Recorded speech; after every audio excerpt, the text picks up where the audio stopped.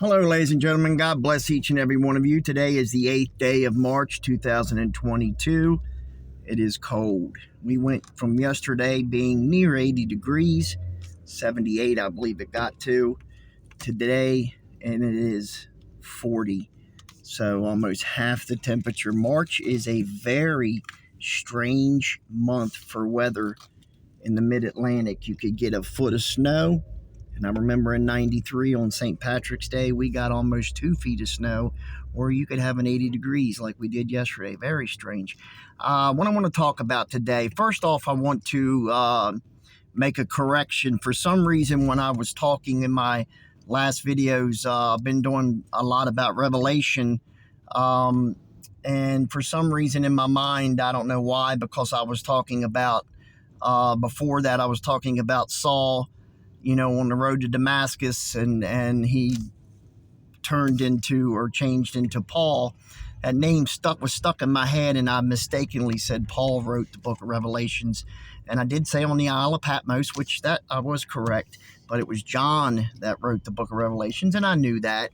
But getting older like I am, things like that kind of happen. So I apologize from the video by saying that, and I wanted to correct that. But I want to stay in Revelations, and because, folks, we are in the end times, and this is very important, and these things everyone needs to know.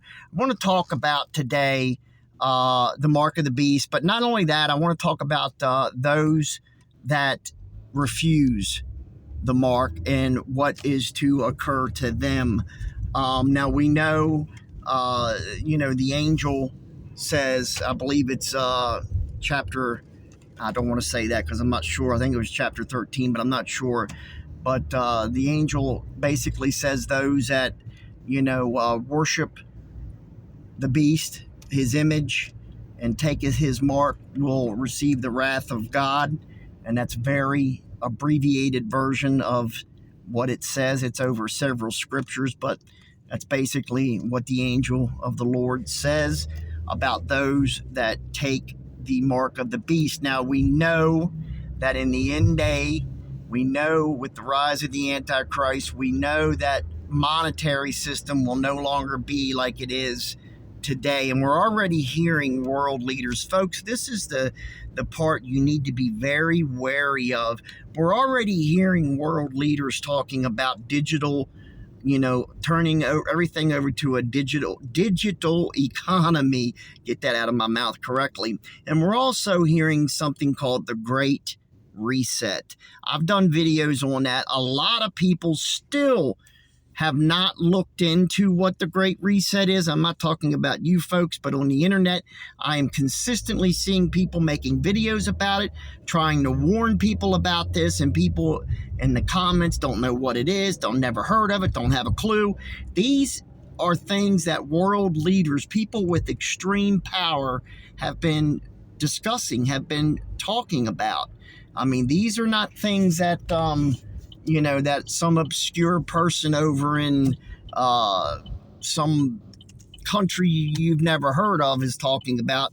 I'm talking about world leaders, and I'm talking about people in these nations that have a lot of power. Joe Biden has spoke about it. John Kerry has talked about it. George Bush, number 2, has spoken about this. Prince Charles has spoken about this.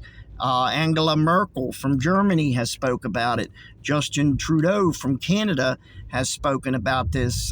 Macron from France has spoken about this. So if you get my drift, many world leaders have talked about this Great Reset.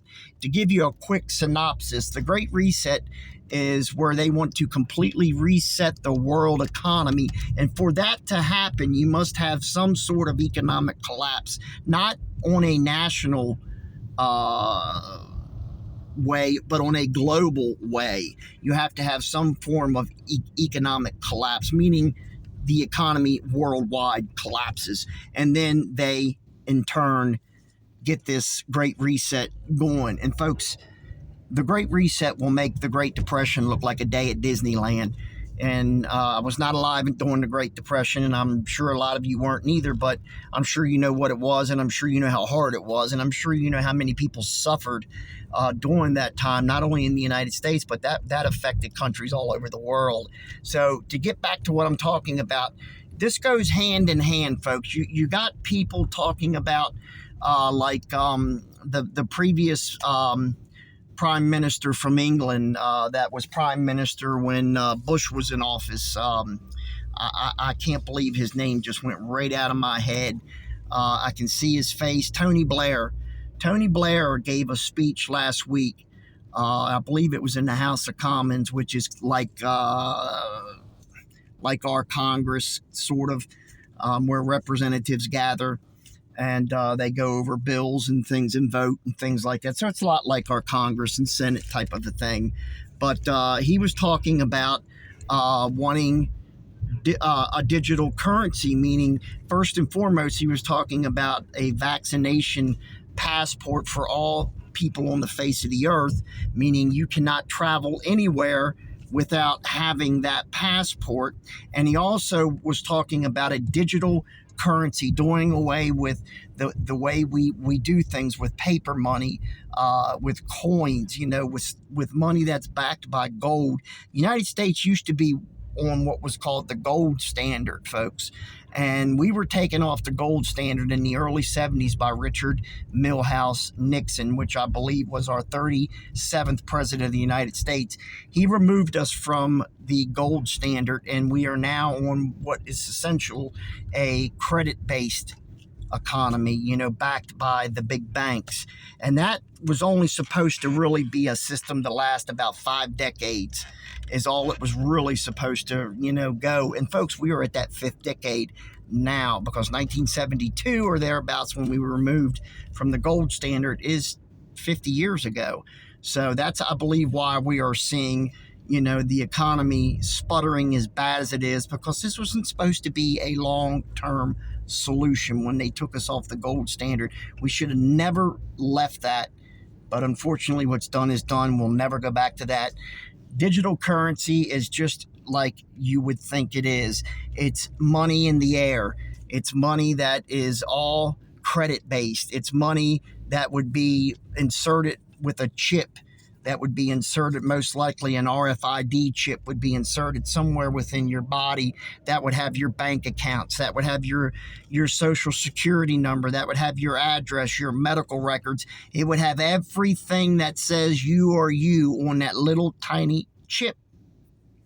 That comes very important when you're talking about the mark of the beast, because if you remember in Revelations, it talks about no one can buy, sell, or trade without that mark. And those that do not take that mark, okay, if you are left behind, if you take that mark, your soul is forever damned. You will not make it to heaven. I don't care what you do. I don't care how hard you pray. I don't care what you do. I don't care. It's done. It's over. It's finished. You have taken that mark, the mark of the beast, and you are damned for all eternity in hell. That's it, folks. It's done. Those that refuse that mark, there is still a way for them to enter into the kingdom of heaven, and that is they will have to give their life up. They will have to die, okay, to be able to enter into the kingdom of heaven at that point. And those are the ones that won't take it. Now, I am sure there's not going to be many that at that point that's going to be strong enough to withstand the pressure, the absolute pressure that's going to be put upon them from every direction. Not just talking the media or politics. We're talking everything in your daily life is going to come at you to take that mark. Not only that, to survive. You have to feed yourself. You have to live. That's why, folks, right now, you need to accept Christ now before all of this happens. Accept Christ now before it's too late. We're seeing this stuff occur. We are seeing this stuff occur right now.